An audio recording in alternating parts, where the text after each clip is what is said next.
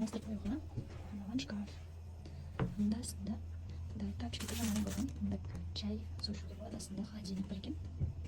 Мына жақта шишаның астында күйеуімнің маған сыйлағаны. Мына жақта жұмыс жасап отыруға болады. Былай күйеуім маған берген өткілдері күшті болып тұр. И мына жататын орын. Былай қарай жүрсек, уже уборный. Дейін барлығы бар екен. Өте керемет тап-таза екен.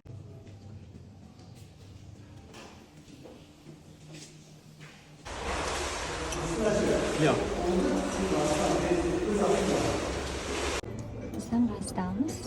Тоже бұл жақта шведский стол екен. Өзіміз таңдап алуға болады. Мына жігіттің. Жай мысалға